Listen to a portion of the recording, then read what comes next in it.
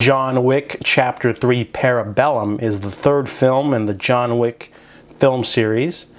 I'm pretty sure a lot of people are surprised that such a small, low-budget action movie starring Keanu Reeves would launch a whole film series, but here we are.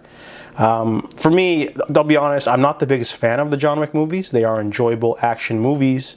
However, I feel like they have some weaknesses, like plotting in the first film and the second film, repetitive action sequences. But the third film is actually a really strong entry. It might be the best film in the series so far. This movie takes place right after the second film. John Wick is on the run because he's ex-communicado, meaning he's not allowed to get any support from anyone or anybody, so no weapons, no help. He's on his own and he's got a $14 million bounty on his head. So the movie starts off with a bang, with a quick succession of action sequences that are really good. Then we get a little bit of character development. The movie kind of slows down in the middle. I noticed that there is this action sequence in Casablanca. It goes on for way too long. I do enjoy Halle Berry, but that scene just went on way too long. That whole section was just like, it felt like a drag. And in terms of the other films, this movie has really inventive action sequences this time.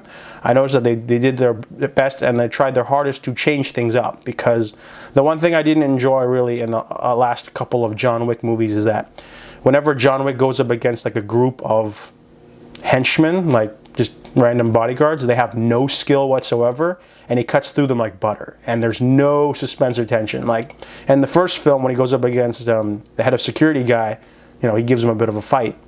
Or in the second film, when he goes up against Common or the deaf woman, they give him a little bit of fight. Or when he's going up against those assassins in the streets of New York, that, you know, they're a little bit more stronger than your usual bodyguard meat parade. So this film avoids that. There's no sequence where he just runs in and shoots like 30 guys in the face. They try to change it up by having a little bit more skilled and varied assassins that are after him. So I really enjoyed that they tried to improve on what, you know, the weaknesses of the previous films. As for the story, the movie, you know, it's not an amazing story, but it's there, and it's really just there to house a great series of action sequences.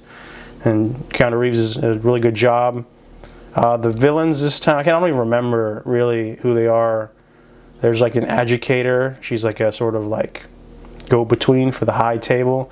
This movie is more of a setup for the next installment. It's not the penultimate third entry of the film series, so that's probably a weakness right there. But you're not here for like the story. You're here to watch Keanu Reeves whoop ass, and he does great and a lot of times in this movie. So John Wick Chapter 3 is a pretty solid entry. It's a solid action film.